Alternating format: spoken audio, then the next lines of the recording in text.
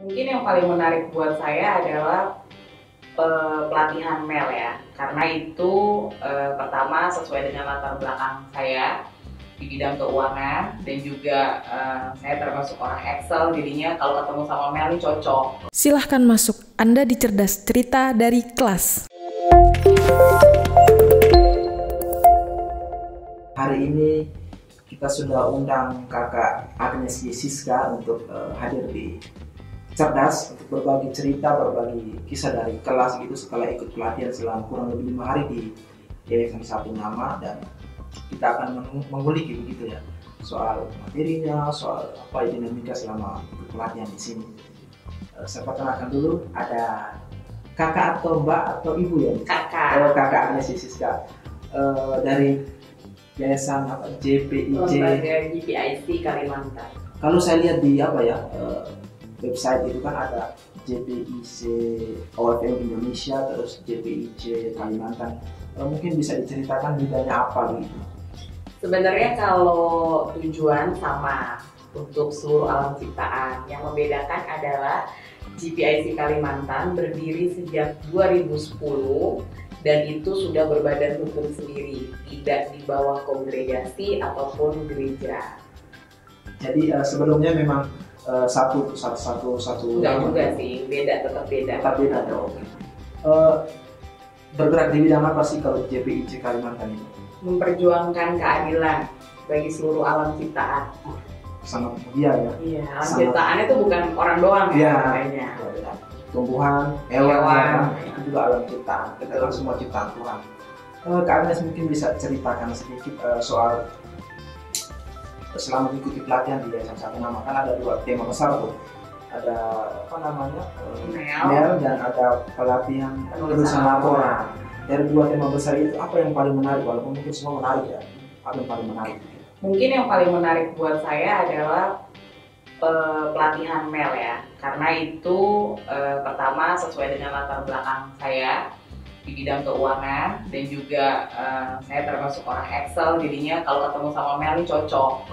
Beda kalau penulisan laporan kan naratif word banget lah. Itu bukan tidak suka, tapi masih dalam proses belajar. Jadi penulisan laporan ini sesuatu yang agak baru gitu yang baru dilakukan. Sedangkan MEL kemarin itu semacam kita konfirmasi lagi ya. Benar. Apa yang Mbak Agnes sudah bikin, apa yang belum kayak gitu ya. Jangan sampai ada faktor fasilitatornya menarik. Mudah-mudah jadi kita semangat 45 gitu. Oke, jadi memang Satu Nama punya strategi. Iya. Yang pusing dikasih yang fasilitatornya oke. Satu lagi nih, soal kesan selama pelatihan ya.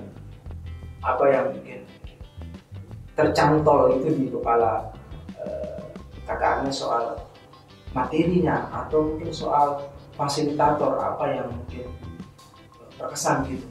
Kalau materi dan fasilitator sebenarnya cukup aja, hanya mungkin ini masukan untuk manajemen nama supaya ke depan ketika memang ada lembaga yang mau melakukan pelatihan, misalkan seperti MEL, mungkin harus dicari tahu dulu nih latar belakangnya, dia sudah pernah mengikuti pelatihan pembuatan proposal atau belum, atau metode konsep proposal atau belum, karena itu kan berkaitan.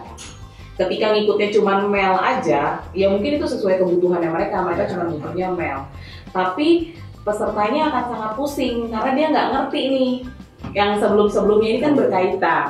Nah, daripada kita spending uang yang cukup banyak hanya untuk satu nih kita butuh ini, tapi yang lain kita nggak ikut nih, percuma, nanti kan dia akan pusing dan dia akan balik ke lembaga ini juga nggak bisa berbagi gitu kan. Mendingan berproses, mungkin penulisan laporan dulu, terus habis itu baru MEL-nya, baru penulisan laporan gitu loh. Jadi jangan karena dia butuhnya pelatihan ini kita ngikutin, lebih baik kita yang mensarankan karena itu demi kebaikan lembaga juga. Jadi memang dua materi besar ini ya saling berkaitan. Kita nggak bisa lepas, kita nggak bisa belajar atau membuat MEL gitu ya tanpa belajar proposalnya dulu nih. Iya, benar. Terus fasilitatornya juga tetap ya. Iya. Strateginya kayaknya mesti begitu sih biar nggak bosen. Karena kan kalau dia lebih muda atau bukan yang tua nih dikesampingkan bukan. Tapi kalau dia lebih muda kan kita akses nanyanya tuh lebih banyak.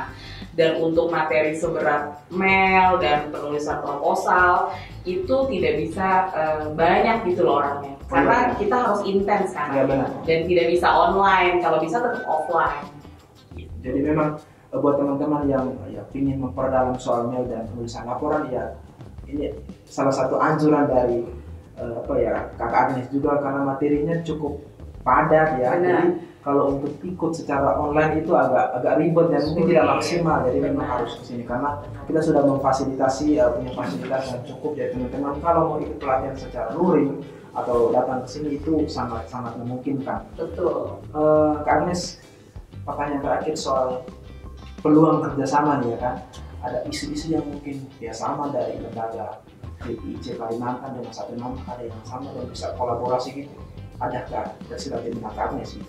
JPIC Kalimantan itu selain juga memberikan pengetahuan kepada masyarakat, itu juga kami dituntut untuk belajar. Jadi tentu ketika kita proses belajar ini membutuhkan mentor-mentor seperti fasilitator yang di satu nama. Jadi kedepannya akan banyak pelatihan-pelatihan karena tidak sampai selesai di proposal, lalu mail, lalu penulisan laporan, enggak. Banyak metode-metode NGO yang itu harus kita dalemin, harus kita tahu baik, memahami supaya enggak keliru ketika melakukan implementasi ke depan. Dan apalagi kan teori ataupun pengetahuan itu kan selalu berkembang gitu, selalu berkembang dan perubahan zaman dan perubahan teknologi dan segala macam. Jadi kita harus tetap mengupgrade gitu ya, mengupgrade kemampuan, mengupgrade pengetahuan kita. Yes. Oke, itu saja sih sebenarnya obrolan singkat kita dengan Kak Agnes Desiska dari JPIC Kalimantan yang sudah 5 hari ikut pelatihan di satu nama, dan saya ucapkan terima kasih sebagai kembali kasih Bang Oka sudah bersedia ya kita undang di akhir pelatihan untuk masuk ke podcast Cerdas, dan semoga kedepannya tetap sukses. Apa yang didapat di pelatihan ini mungkin terimplementasi dengan baik di yayasan JPIC, dan ingat setelah materi inisiatif tetap terbuka ya. Jika ada yang mungkin kayaknya ada yang terlewat yang atau kita mau cari tahu lagi, yang itu bisa dikontak Mbak Deborah atau Mbak Wiwit sebagai. Boleh banget, pasti itu akan kita teror. Siap. Terima kasih Kak Agnes, dan terima kasih juga buat teman-teman yang sudah menyaksikan obrolan kita di Cerdas. Terima kasih dan selamat menonton lagi.